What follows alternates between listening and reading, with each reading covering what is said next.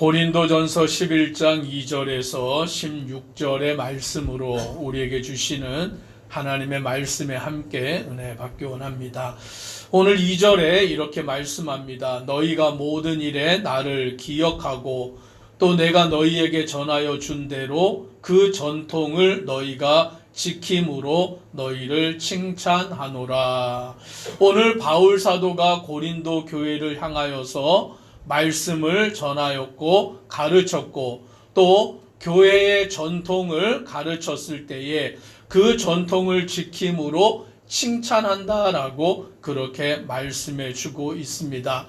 여기서 말하는 그 전통이 무엇이냐라는 것이죠. 바로 그것은 우리가 이 세상 가운데에서 마땅히 행해야 할 그 일들을 말하여 주고 있음을 보게 됩니다. 오늘 3절에는 이렇게 또 말씀합니다. 같이 읽습니다. 그러나 나는 너희가 알기를 원하노니 각 남자의 머리는 그리스도요 여자의 머리는 남자요 그리스도의 머리는 하나님이시니라. 아멘. 오늘 여기 3절에 보니까 남자의 머리는 그리스도요 여자의 머리는 남자요 그리스도의 머리는 하나님이시다라고 말씀해 주고 있습니다. 오늘 이 말씀에 있어서 때로는 우리 여성된 분들이 이게 맞는 말이냐 이러면서 이제 그것을 따지는 경우도 종종 생기는 것을 보게 됩니다. 그러나 오늘 성경의 말씀에 오늘 하나님의 그 질서에 따라서는 하나님께서는 그 남자를 여자의 머리로 세우셨고 또 예수 그리스도를 남자의 머리로 세우셨고 예수 그리스도의 머리는 하나님이시다라고 말씀함으로 그 질서를 분명히 세우시는 것을 보게 됩니다. 그러나 우리가 이 말씀 가운데 오해하지 말아야 될 것은 이것은 신분의 차별을 의미하지 않는다라는 것이죠. 즉 다시 말하면 우리가 옛날에는 어떠한 삶을 살았냐면 어떠한 신분, 성별의 차이를 두고 차별을 했던 적이 있어요. 그래서 남자를 존귀하게 여기고 여자를 남자보다는 존귀하지 않게 여기는, 그래서 옛날에 남아 선호 사상도 많았고요. 뭐 그런 시대가 우리 어른들이 살아오던 우리 성도님들 가운데도 그와 같은 시대를 살아오셨을 것입니다. 그래서 남자는 이렇게 존귀하게 여기지만 여자는 그렇지 못하게 여기는 그러한 일들, 우리나라도 불과 몇십 년 전만 하더라도 그런 일들이 비일비재하게 있었던 것이죠. 그러나 성경은 그것을 말하지 않아요. 즉 남성은 존귀하고 여성은 하등하고 그것을 지금 오늘 본문이 말하고 있는 것이 아니다라는 것이죠. 왜냐하면 오늘 11절과 12절에 이렇게 말씀하고 있습니다. 같이 한번 11절 12절을 읽습니다. 그러나 주 안에는 남자 없이 여자만 있지 않고 여자 없이 남자만 있지 아니하니라. 이는 여자가 남자에게서 난 것 같이 남자도 여자로 말미암아 났음이라. 그리고 모든 것은 하나님에게서 났느니라. 아멘. 지금 이 말씀이 뭡니까? 남자 없이 여자가 존재할 수 없고 여자가 없이 남자가 존재할 수 없다라고 말씀하는 거예요. 즉 이 말씀은 남자와 여자가 동일하다라고 말씀해 주고 있는 것이죠. 즉 세상에 하나님을 알지 못하는 사람들이 남성은 우월하게 여성은 하등하게, 그래서 남성을 존귀하게 여기고 여성을 하찮게 여겼던 그와 같은 시대를 살아왔지만 오늘 성경은 하나님은 그렇게 말씀하시는 것이 아니에요. 남자 없이 여자가 있을 수 없고 여자가 없이 남자가 있을 수 없다라고 말씀하며 여자로 말미암아 남자가 나고 남자로 말미암아 여자가 났다라고 말씀합니다. 그래서 기독교가 들어가는 곳마다 기독교 정신이 있는 곳마다 무슨 일이 나타나냐면 남녀 간의 평등한 그와 같은 일들이 이루어지는 것이죠. 단편적으로 우리나라만 보더라도 과거에는 많은 여성들이 인정받지 못하고 많은 여성들이 무시를 당하고 많은 여성들이 그 눈물 속에 살아갈 수밖에 없었지만 이 나라에 기독교가 들어오고 예수를 그리스도를 믿게 되는 그와 같은 일들이 이루어지면서 어떤 일이 나타나냐면 여성들의 그 인권도 존중이 되는 남녀 간의 평등의 그 일들이 이루어지는 것이 우리는 보게 되는 것입니다. 즉 성경은 남자와 여자의 어떠한 그와 같은 차별을 말씀하는 게 아니에요. 그 차별을 말하는 게 아니라 오늘 성경이 말하고자 하는 것은 질서인 것이죠. 하나님이 세상을 창조하셨을 때의 질서, 하나님이 세상을 다스려 가실 때의 그 질서를 말하고자 하신다라는 것입니다. 그래서 7절에 보니까 이렇게 말씀합니다. 같이 한번 7절을 읽습니다. 남자는 하나님의 형상과 영광이니 그 머리를 마땅히 가리지 않거니와 여자는 남자의 영광이니라 라고 말씀합니다.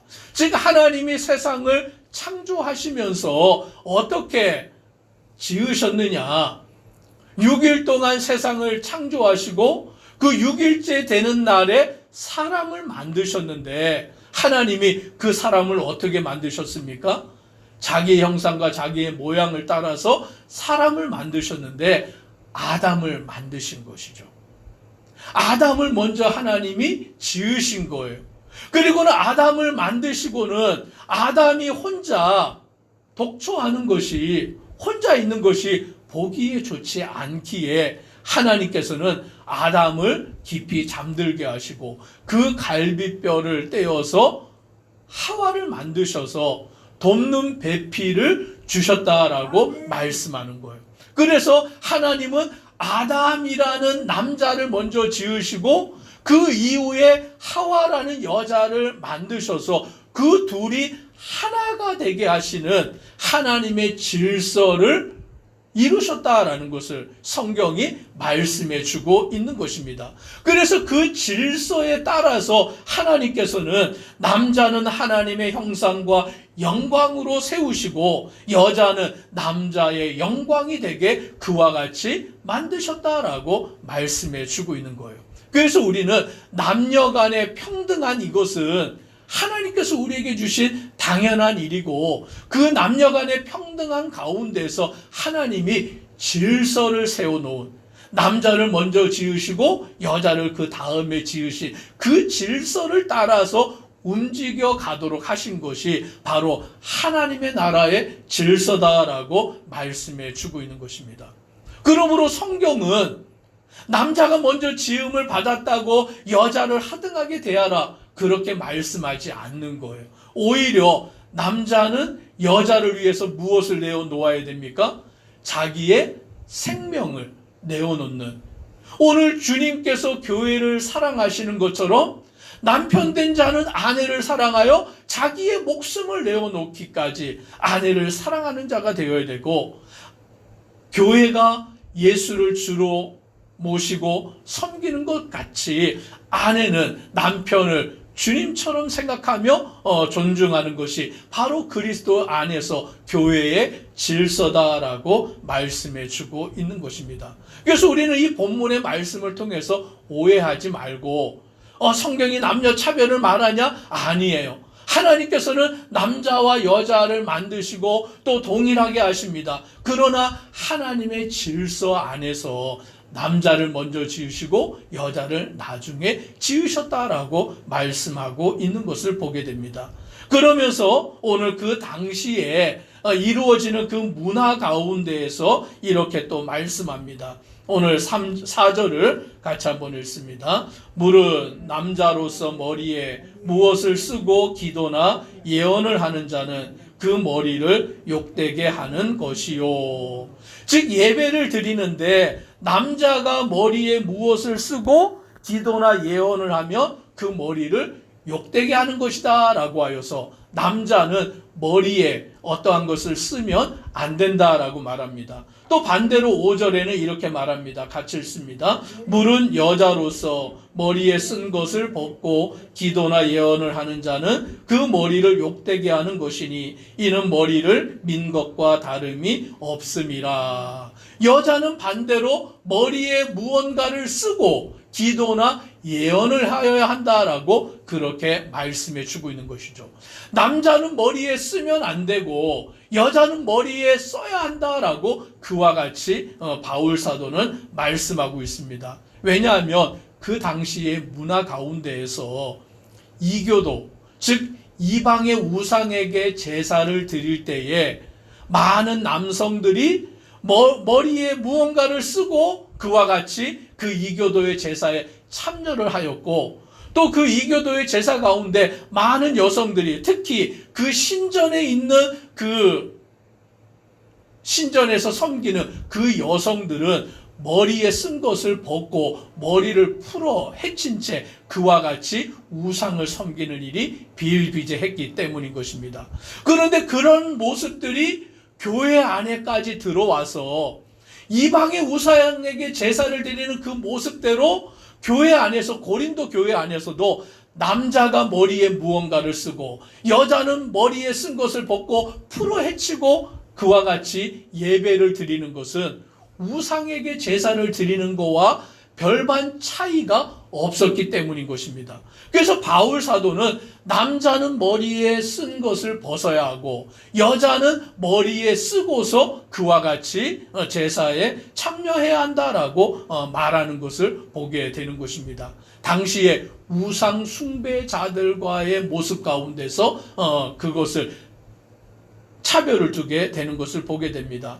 또한 6절의 말씀에는 이렇게 말합니다. 같이 읽습니다. 만일 여자가 머리를 가리지 않거든 깎을 것이요 만일 깎거나 미는 것이 여자에게 부끄러움이 되거든 가릴지니라. 여기 보니까 여자가 머리를 미는 것, 머리를 깎는 것, 그것은 여자에게 부끄러움이 된다라고 말하는 것입니다. 또 당시에 어떠한 문화가 있었냐라고 할 때에 노예 출신인 여자들이나 아니면 가늠한 여자들에게는 그 표시로 머리를 깎게 하였다라는 것이죠. 그래서 머리를 짧게 깎은 여성들은 노예이거나 아니면 가늠한 여성인 것이 그 당시의 보편적인 일이었다라는 거예요. 그래서 문화적으로 머리를 짧게 깎는 것은 여성에게 수치가 되는 일이고, 또 만약 그 여성이 결혼을 하였다면 그 남편에게도 수치가 되는 일이었다라는 거예요. 그러므로 바울은 고린도 교회 성도들 가운데, 여자 가운데 머리에 그 수건을 쓰지 않는 것은 머리를 깎는 거와 마찬가지로 수치가 되는 일이니 머리에 수건을 쓰고 예배에 참여하여야 된다라는 것을 말하여 주고 있는 것입니다. 그래서 우리는 이 본문의 말씀을 통하여서 오늘 우리에게 주시는 하나님의 말씀, 즉 진리를 따라서 또 질서를 따라서 또 사회의 보편적인 그 문화 가운데서 우리가 마땅히 행해야 할 바를 알고서 나아가는 모습이 있어야 하는 것입니다. 그래서 교회 안에 예배를 드릴 때 우리가 하나님을 어떠한 모양으로든 예배할 수 있지만 그렇다고 해서 무분별하게 세상의 어떠한 그런 모습들을 쫓아가면서 예배할 수는 없는 것이죠. 우상에게 제사를 드리는 모습을 쫓아가면서 교회가 그렇게 예배할 수는 없다라는 거예요. 또 세상의 문화가 요즘 무분별하지 않습니까? 막 원하는 대로 하고 싶은 대로 다 하는 문화인데 교회가 그와 같이 세상을 쫓아가면서 세상을 닮은 모습으로 하고 싶은 대로 다 하면서 하나님 앞에 나와서 예배할 수는 없다라는 것이죠. 우리를 단정하게 하여서 하나님의 질서를 따라 온전히 하나님을 예배하는 믿음의 우리 모습들 되기를 주의 이름으로 축복합니다. 기도드리겠습니다. 사랑의 하나님, 오늘 말씀을 통하여 우리는 하나님의 질서를 따라서 하나님의 말씀에 따라 온전히 주님을 섬기며 따르는 믿음의 성도들 되도록 은혜 더하여 주옵소서. 예수님 이름으로 기도드리옵나이다. 아멘.